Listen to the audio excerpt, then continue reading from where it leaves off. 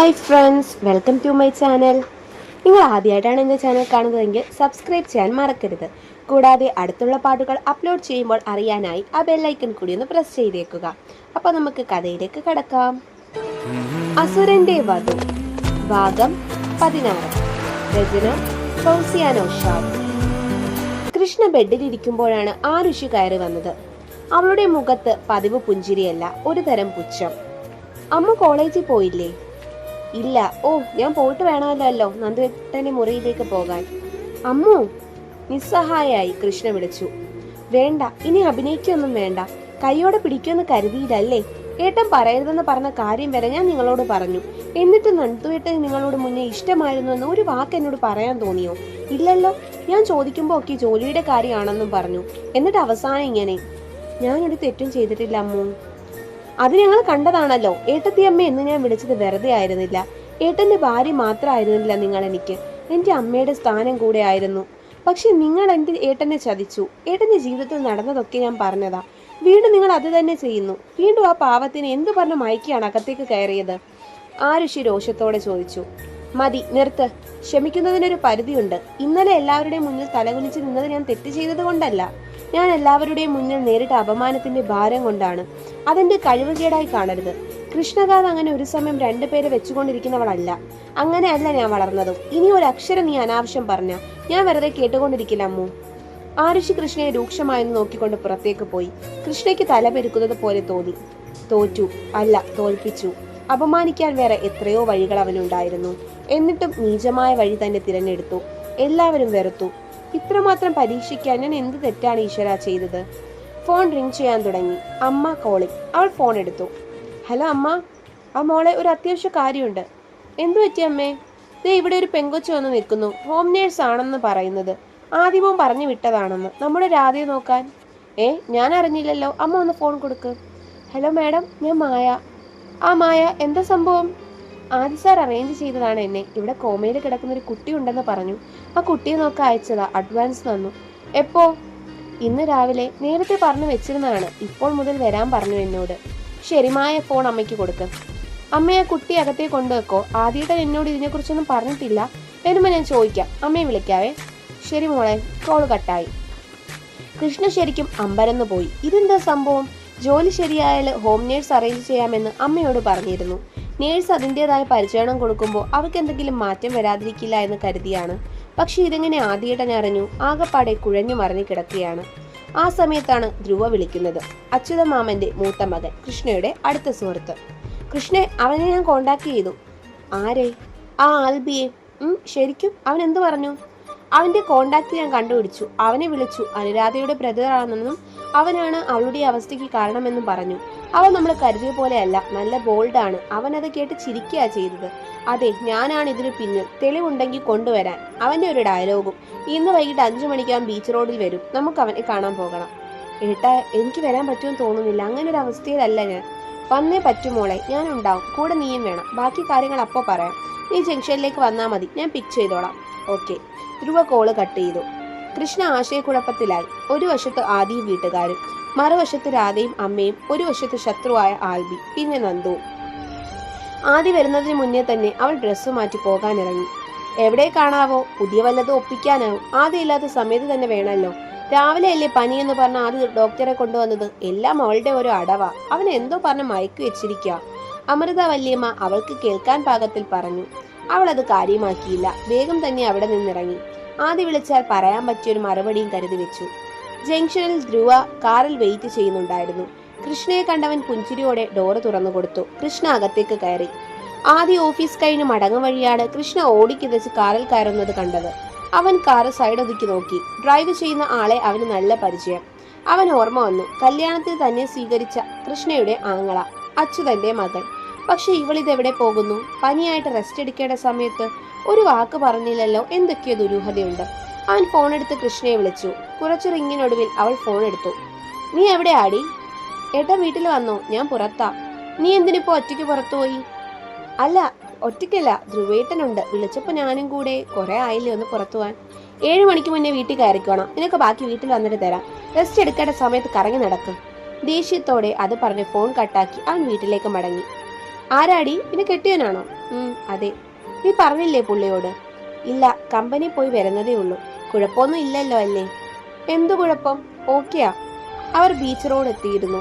Car ഒതുക്കി wait ചെയ്തു. അല്പസമയത്തിനുള്ളിൽ തന്നെ ബൈക്കിൽ ഹെൽമറ്റ് വെച്ച് ഒരാൾ അവർക്ക്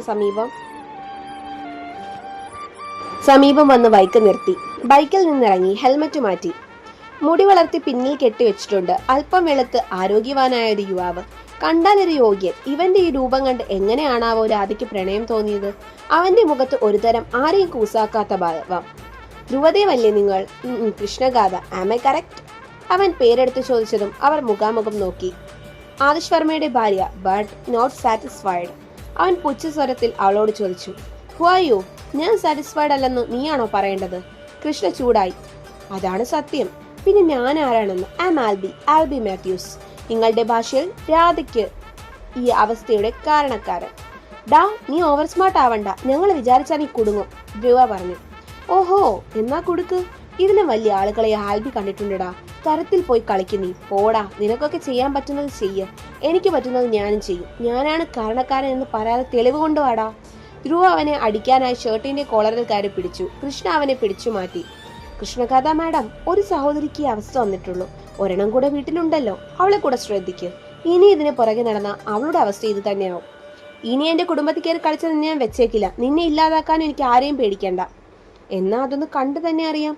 എന്റെ പിന്നാലെ നടക്കാനാണ് ഉദ്ദേശമെങ്കിൽ കുടുംബത്തിൽ കയറി തന്നെ കളിക്കും. അതിന് ഈ ആൽബിക്ക് ഒരു മടിയില്ല. പിന്നെ ചേച്ചി, ആവശ്യം വല്ലതുണ്ടെങ്കിൽ വിളിച്ചാൽ മതി. കൃഷ്ണയെ ഒരു വഷളം ചിരിയോടെ നോക്കി അവൻ ബൈക്ക് എടുത്ത് കടന്നുപോയി. അവന് നല്ല അഹങ്കാരം ഉണ്ടല്ലേ? എങ്ങനെ ഇല്ലാണ്ടിരിക്കും? അച്ഛൻ MLA അല്ലേ? ഒറ്റ മകന്. പണത്തിന്റെ മീതെ കിടന്നുറങ്ങുന്നവരാ.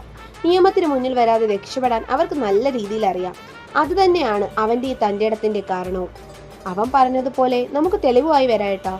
ദൈവം ഉണ്ടെങ്കിൽ നമുക്കൊരു വഴി തെളിയാതിരിക്കില്ല. എവിടെ നിന്നെങ്കിലും തെളിവൊപ്പിക്കണം. രാധയുടെ സുഹൃത്തുക്കളെ കാണാം. നമുക്ക് എന്താണെന്ന് വെച്ചാൽ ചെയ്യാം. പിന്നെ അവനെന്താ നിന്റെ കാര്യം പറഞ്ഞത്? നീ സാറ്റിസ്ഫൈഡ് അല്ലാന്നോ മറ്റും? അവനതെങ്ങനെ അറിയാം? അത് ശരിയാണോ കൃഷ്ണമോളെ? ചേട്ടാ, അത് ഏടനറിയാലോ. ആദ്യയുടെ അല്പം ദേഷ്യക്കാരന്. അത്രേ ഉള്ളൂ, അല്ലാണ്ട് വേറെ പ്രശ്നമൊന്നുമില്ല. ഞാൻ സാറ്റിസ്ഫൈഡ് ആണ്. അവൻ എന്തറിയാം? വെറുതെ ഓരോന്ന് വിളിച്ച് പറയാം. കൃഷ്ണ അത് പറഞ്ഞതും ധ്രുവ അർത്ഥം വെച്ചൊന്ന് മൂളി. രണ്ടുപേരും തിരികെ കാറിൽ കയറി. കൃഷ്ണയുടെ ഉള്ളിൽ അപ്പോഴും സംശയമായിരുന്നു. അവളുടെ ജീവിതത്തിൽ പ്രശ്നങ്ങളുള്ള കാര്യം ആൽബിക്ക് എങ്ങനെ അറിയാം? അവനപ്പോൾ വാച്ച് ചെയ്യുന്നുണ്ടെന്നല്ലേ? അവിടെ നടക്കുന്ന കാര്യങ്ങൾ അവൻ അറിയുന്നുണ്ട്. എന്തൊക്കെയോ കുഴപ്പങ്ങളുണ്ടല്ലോ. കൃഷ്ണയെ വീടിന് മുന്നിൽ ഡ്രോപ്പ് ചെയ്ത് ധ്രുവ പോയി. വീട്ടിലേക്ക് ക്ഷണിച്ചെങ്കിലും അവൻ വരാൻ കൂട്ടാക്കിയില്ല. കൃഷ്ണ വരുമ്പോൾ എല്ലാവരും ഹാളിൽ തന്നെയുണ്ട്. അവളെ കണ്ടതും പെട്ടെന്ന് തന്നെ അവരുടെയൊക്കെ മുഖത്ത് വെറുപ്പ് നിറഞ്ഞു. അത് വകവയ്ക്കാതെ അവൾ മുറിയിലേക്ക് വന്നു. ആദ്യ ലാപ്പിൽ വർക്ക് ചെയ്യുകയാണ്. അവളെ കണ്ട് മുഖമുയർത്തി നോക്കി. ട്രിപ്പൊക്കെ കഴിഞ്ഞോ മാഡം? കഴിഞ്ഞു. എന്നിട്ട് നിന്റെ ചേട്ടൻ എവിടെ? ഏട്ടൻ എന്നെ ഡ്രോപ്പ് ചെയ്തിട്ട് മടങ്ങിപ്പോയല്ലോ. പനി മാറിയോടി? കുഴപ്പമില്ല, കുറവുണ്ട്. കുറയും. ഡോക്ടർ തന്ന മരുന്ന് അതേപോലെ വെച്ചിരുന്നാ മതി, കുറയും. അത് കേട്ട് കൃഷ്ണ ആദ്യം നോക്കി ഇളിച്ചു കാണിച്ചു. ടേബിളിന് സൈഡിൽ അതേപടി മരുന്നിരിപ്പുണ്ട്. അത് തൊട്ടിട്ടില്ല. ഇളിക്കാണ്ട് മരുന്ന് കഴിക്കടി. ഇല്ല, എന്റെ പനി മാറിയെന്നേ. പറഞ്ഞത് കേട്ടാ മതി, മരുന്നെടുക്ക്. കൃഷ്ണ അവനെ നിസ്സഹായമായി ഒന്ന് നോക്കി മരുന്നെടുത്തു. ജഗ്ഗിൽ നിന്ന് വെള്ളമെടുത്ത് മരുന്ന് കഴിച്ചു. അവൻ അവളുടെ അടുത്തേക്ക് വന്നു. ഒരു കയ്യകലത്തിൽ നിന്നു. I want divorce. എത്രയും പെട്ടെന്ന് തന്നെ. ആദ്യം പറഞ്ഞത് കേട്ട് അവൾ തരിച്ചു നിന്നു പോയി.